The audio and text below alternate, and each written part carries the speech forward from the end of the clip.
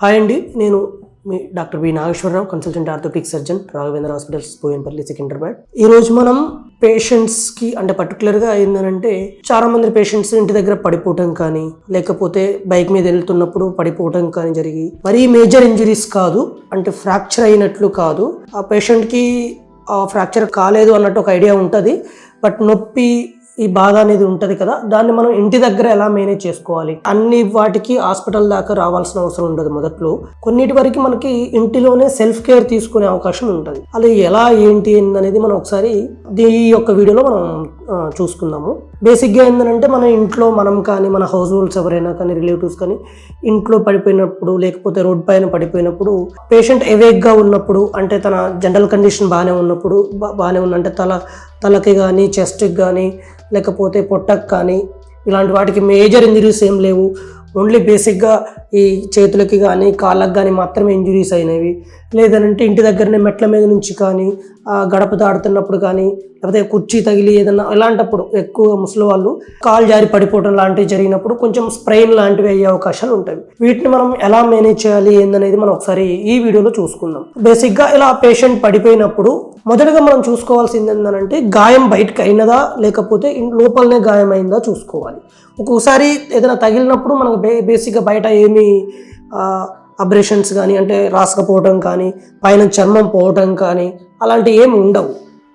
అలాంటివి అంటే అవి సింపుల్ ఇంజరీస్ లాగా మనం చెప్పుకుంటాం. అలాంటప్పుడు ఏం చేయాలంటే ఎలా మేనేజ్ చేయాలనేది అంటే పేషెంట్కి బేసిక్గా ఇదొక సిస్టమేటిక్ వేలో మనం మేనేజ్ చేసుకోవాల్సి వస్తుంది. దీన్నే మనం బేసిక్గా మెడికల్ టెక్నాలజీలో లేకపోతే మనం జనరల్గా చెప్పుకోవడానికి ఇది రైస్ ప్రోటోకాల్ అని అంటాం. అంటే rest, ice application and compression and elevation. ఈ 4 అంటే RICE, rest, ice application, next compression and elevation. ఈ 4ని మనం కరెక్ట్గా పాటించడం ద్వారా పేషెంట్కి ఇబ్బంది లేకుండా చేయొచ్చు, లేకపోతే కలిగిన దెబ్బని కానీ గాయాన్ని కానీ తొందరగా మానుకోవడానికి మనకి వీలవుతూ ఉంటుంది. అంటే ఏంటంటే ఫస్ట్ రెస్ట్. సో పేషెంట్ పడిపోయినప్పుడు మనం పడిపోయిన పేషెంట్ని చూసినప్పుడు ఆ వ్యక్తిని తీసుకొచ్చి ఫస్ట్ పేషెంట్ని పడుకోబెట్టడం కానీ చేయాలి. పడుకోబెట్టేసి ఏ పార్ట్ అయితే మనకి దెబ్బ తగిలిందని మనం అనుమానిస్తున్నామో ఆ పార్ట్ని కొంచెం అటు ఇటు కదలనివ్వకుండా ఎక్కువగా అది ఒక రెస్ట్ పొజిషన్లో పెట్టాలి. అంటే ఒక సైడ్కి పక్కన పెట్టేసాలి. దాని చుట్టుపక్కల ఎక్కువ కదలనివ్వకుండా పేషెంట్కి చెప్పాలి, ఎక్కువ మూమెంట్ ఏం చేయొద్దని చెప్పాలి. అవసరమైతే మనం కొంచెం స్ప్రింట్ లాంటిది ఏమైనా పెట్టి సపోర్ట్ ఇస్తూ ఉండాలి. అది రెస్ట్. అంటే ఎక్కువ కదలనివ్వకుండా అలా పెట్టేస్తే దానివల్ల ఏంటంటే ఎక్కువ వాపు అనేది రాకుండా ఉంటుంది. దానివల్ల ఆ కదలకట్ట లేకపోవడం వల్ల రాసుకపోవడం అనేది ఎక్కువ లేకపోవడం వల్ల నొప్పి కూడా చాలా తక్కువ ఉంటుంది. ఇది రెస్ట్ పొజిషన్. దాని తర్వాత ఐస్ అప్లికేషన్. అంటే ఎక్కడైతే దెబ్బ తగిలిందో అంటే మనకు కనపడుతుంది, రెడ్గా కానీ కనపడుతుంది, లేకపోతే ఆ ర్యాష్ వచ్చినట్లు కానీ లేకపోతే వాపు కానీ కనపడుతూ ఉంటుంది. అక్కడ మనము ఐస్ పెట్టుకుంటూ ఉండాలి. ఒక 20 minutes అట్లా పెట్టుకుంటూ ఉండాలి. ఒక ఎవ్రీ 2 hours ఒకసారి 20 minutes అనేది ఐస్ అప్లికేషన్ అనేది చేస్తూ ఉండాలి. చేస్తూ ఉంటే కొంచెం ఆ వాపు రాకుండా ఉంటుంది. ప్లస్ ఆ ఐస్ కూడా ఆ పెయిన్ని తగ్గిస్తూ ఉంటుంది. కొంచెం స్మూతింగ్ ఎఫెక్ట్ అనేది మనకు ఉంటూ ఉంటుంది. దాంతోపాటు కంప్రెషన్. మనం బేసిక్గా మన దగ్గరలో ఒక మెడికల్ షాప్ అని ఏమైనా ఉందంటే మనకి ఎర్రపట్టి దొరుకుతుంది. క్రేప్ బ్యాండేజ్లు అని అవి సైజులను బట్టి ఉంటుంది.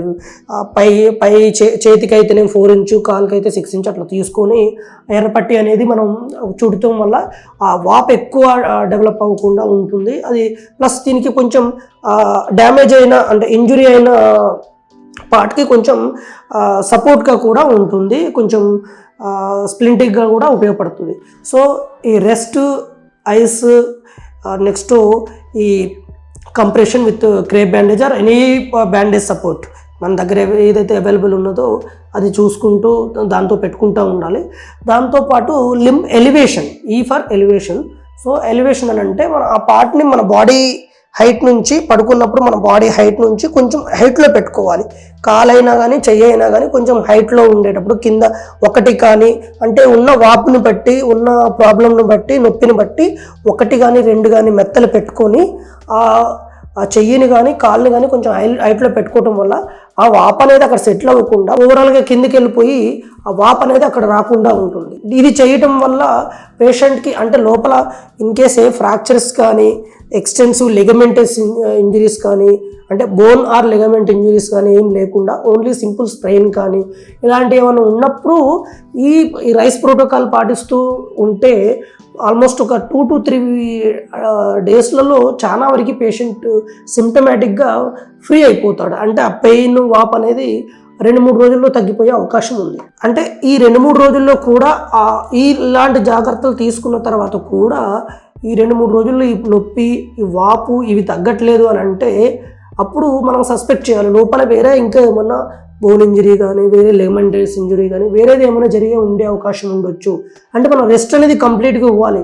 ఏదో కొద్దిసేపు మళ్ళీ అటు ఇటు నడిచి వచ్చి నేను రెస్ట్ తీసుకున్నా అని చెప్పడం కాదు, ఏదైనా ఈ చేత అది ఈ పని చేసుకొని రెస్ట్ తీసుకున్నా అని కాదు, కంప్లీట్ రెస్ట్ ఇవ్వాలి. అలా ఇచ్చి ఒక 2-3 డేస్కి ఆ నొప్పి కానీ వాపు కానీ తగ్గలేదు అని అంటే మాత్రానికి మనం సస్పెక్ట్ చేయాలి సంథింగ్ లోపల bone or muscle or tendon injuries ఉండే అవకాశాలు ఉన్నది. సో త్వరగా హాస్పిటల్కి వెళ్ళి ఆ పర్టికులర్ ప్రాబ్లం గురించి డాక్టర్స్తో మాట్లాడి డాక్టర్ కన్సల్టేషన్ తీసుకొని దాన్ని మేనేజ్ చేసుకుంటూ ఉండాలి. Thank you.